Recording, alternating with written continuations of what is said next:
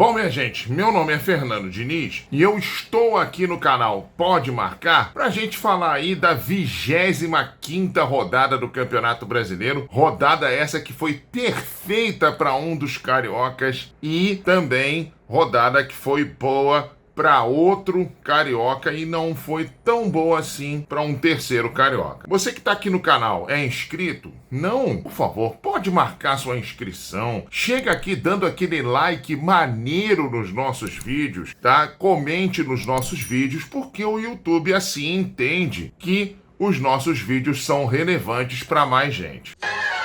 Começar falando do clássico Fluminense e Botafogo. O jogo que valia para os dois para tentarem se afirmar na tabela do Campeonato Brasileiro, e para o Botafogo acabou que poderia valer a entrada no G4, porque o Mirassol fez uma coisa rara. Sim, o Mirassol perdeu na rodada. O Mirassol, gente, 25ª rodada. O Mirassol perdeu pela 4ª vez no campeonato. Chocada. Perdeu por 1-0 para o Atlético Mineiro. Mas o que acontece? O Fluminense vai lá e ganha do Botafogo, para desespero da produção. Ô, produção!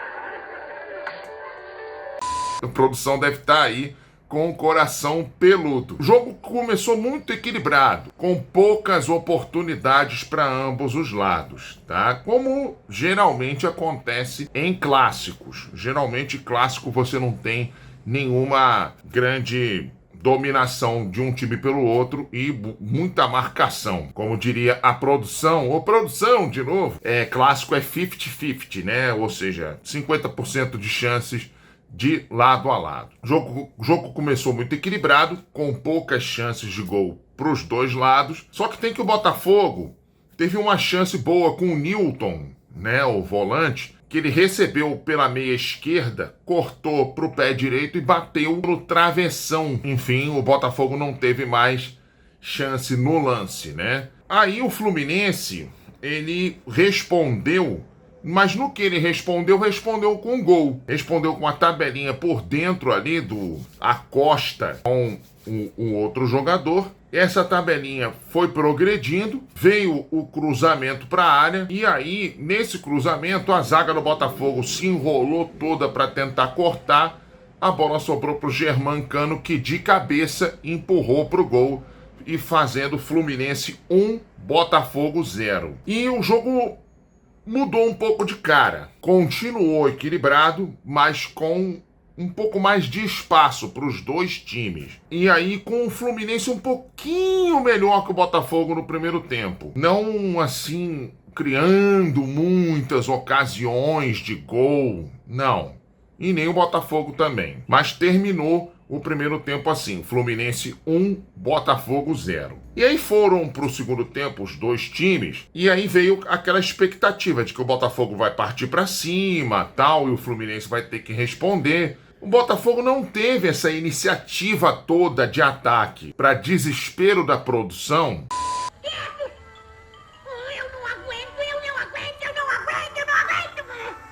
O nosso queridíssimo David Ancelotti mexeu mal, hein, David? Mexeu muito mal. Jogou o time todo pra cima, sim. Só que tem que ir dando muito espaço atrás.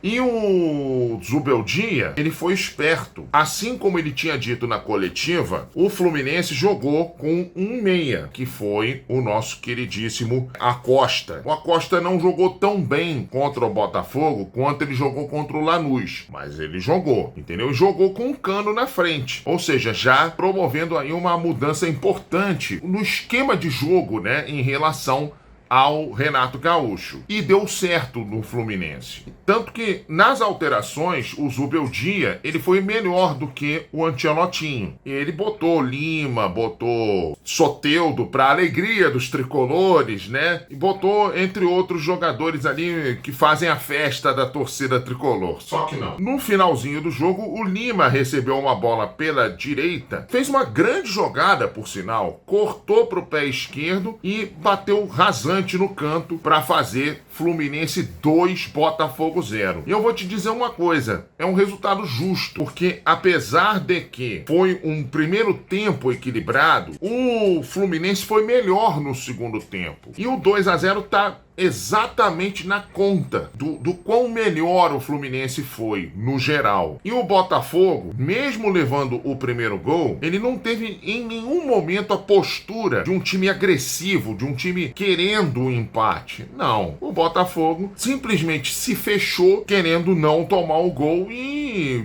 querendo dar uma sorte, de repente, sei lá, buscar uma bola para empatar o jogo. Realmente, o Fluminense mereceu vencer por 2-0. E olha, o Fluminense, como eu falei na live de Vasco e Cruzeiro, ele pode muito bem, se não desistir de buscar a vaga na Libertadores, pode muito bem emendar uma sequência de vitórias e conseguir uma vaga para a Libertadores via Campeonato Brasileiro, porque são os 6 primeiros que se garantem diretamente via Campeonato Brasileiro, mas tem 2 possibilidades aí que são bem interessantes para o Fluminense. Se o Cruzeiro ganhar a Copa do Brasil, ou se o Palmeiras ou o Flamengo ganharem a Libertadores, abrem-se 1 ou 2 vagas via Campeonato Brasileiro, que aumenta bastante a chance do Fluminense garantir uma vaga na Libertadores. E o Botafogo, olha, quando você tem uma chance dessa de ouro, como o Botafogo teve nessa rodada, você não pode desperdiçar, né? Por falar em chance de ouro, teve um outro time carioca que esse aproveitou a chance de ouro que tinha. Sim, tô falando Flamengo.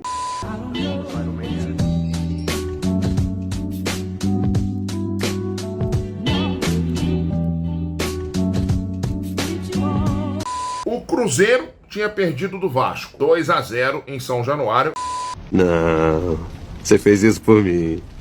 Não fiz, não. Fez sim.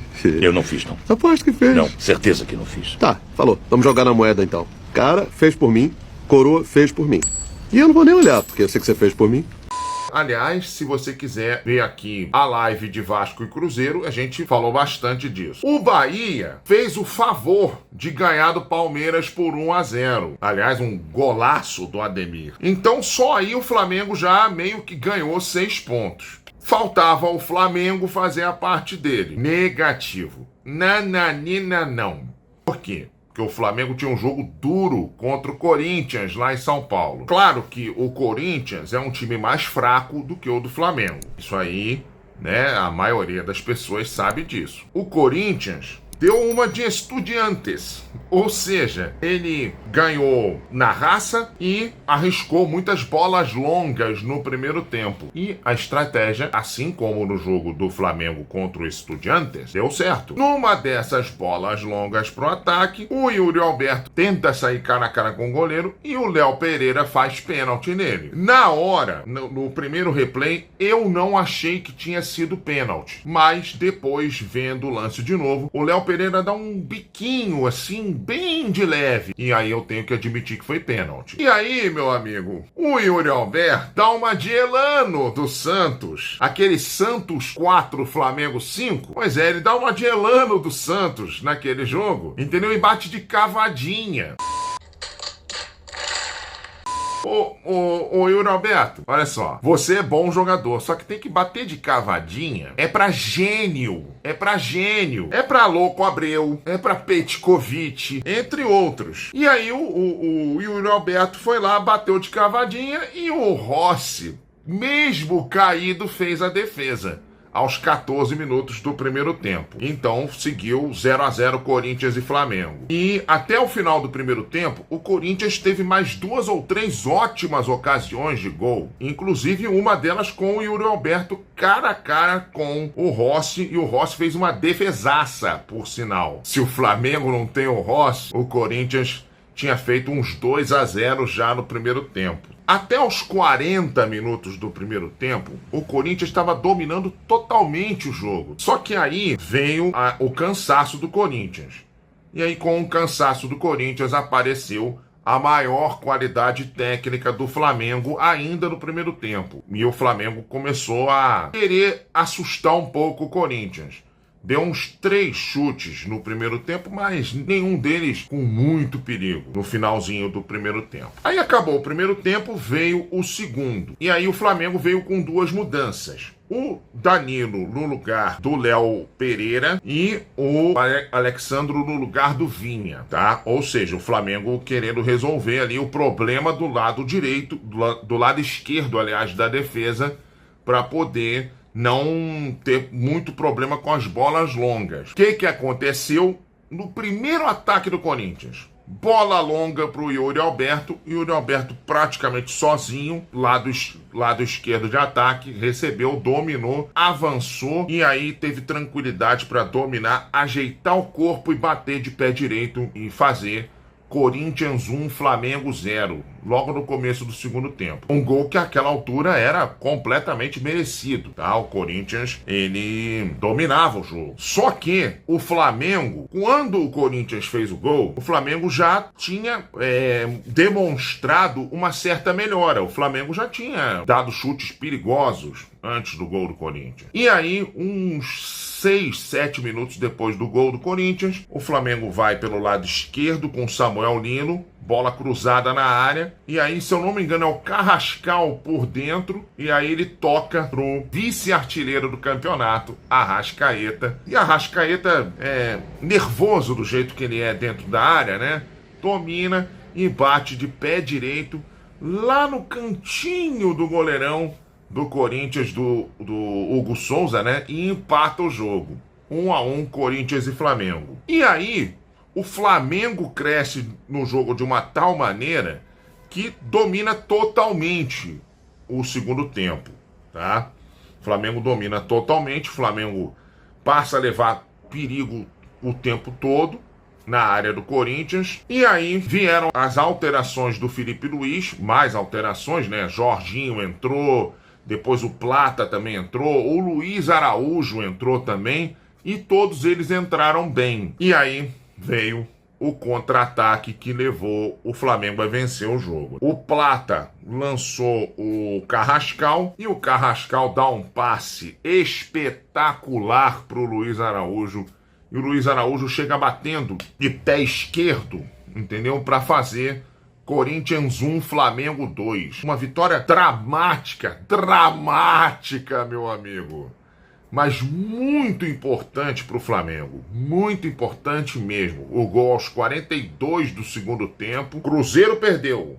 Palmeiras perdeu na rodada e o Flamengo ganhou. O Flamengo ganha 9 pontos. E o Flamengo abre 4 do Cruzeiro e 5 do Palmeiras. Na próxima rodada, meu amigo, tem Flamengo e Cruzeiro no Maracanã. Então, olha a importância dessa vitória. Dá empate entre Flamengo e Cruzeiro. O Flamengo continua líder. E aí, mesmo que o Palmeiras vença o Vasco. Aliás, live de pós-jogo, quarta-feira, Palmeiras e Vasco e Botafogo e Bahia, né? Lá por volta ali de 11h40, por aí. E na quinta, live de pós-jogo também, de Flamengo e Cruzeiro, e jogo do Fluminense também aqui no canal, pode marcar. Bom, então é uma vitória importantíssima do Flamengo. Flamengo aí abrindo vantagem na liderança do campeonato. Uma rodada aonde dos 6 primeiros, só Flamengo e Bahia pontuaram. Não é nem que venceram. Só Flamengo e Bahia pontuaram, tá? Palmeiras perdeu, Cruzeiro perdeu, Botafogo perdeu e Mirassol perdeu. Rodada muito boa, tanto para o Flamengo quanto para o Bahia. E ainda mais que eles venceram. O Flamengo fez a parte dele. Importantíssima vitória para ele diante do Corinthians, e agora começa a rota de decisões do Flamengo no Campeonato Brasileiro. Flamengo e Cruzeiro na próxima quinta-feira no Maracanã. O Maracanã vai ficar abarrotado, hein? Por falar em Maracanã, Fluminense e Botafogo não podem fazer clássico para 18 mil pessoas, né? Chega a ser um absurdo um número tão baixo de pessoas num clássico vovô entre Fluminense e Botafogo. Bom, vocês que estão aqui no nosso canal Pode Marcar, são inscritos? Não? Por favor, chega aqui, se inscrevam no nosso canal, deixa aquele like maneiro nos nossos vídeos, comente nos nossos vídeos, porque é só assim que o YouTube entende que o nosso canal é relevante para mais gente, tá bom? Tchau, tchau, gente, e até quarta-feira com a live de pós-jogo de Palmeiras e Vasco e de Botafogo e Bahia. Tchau.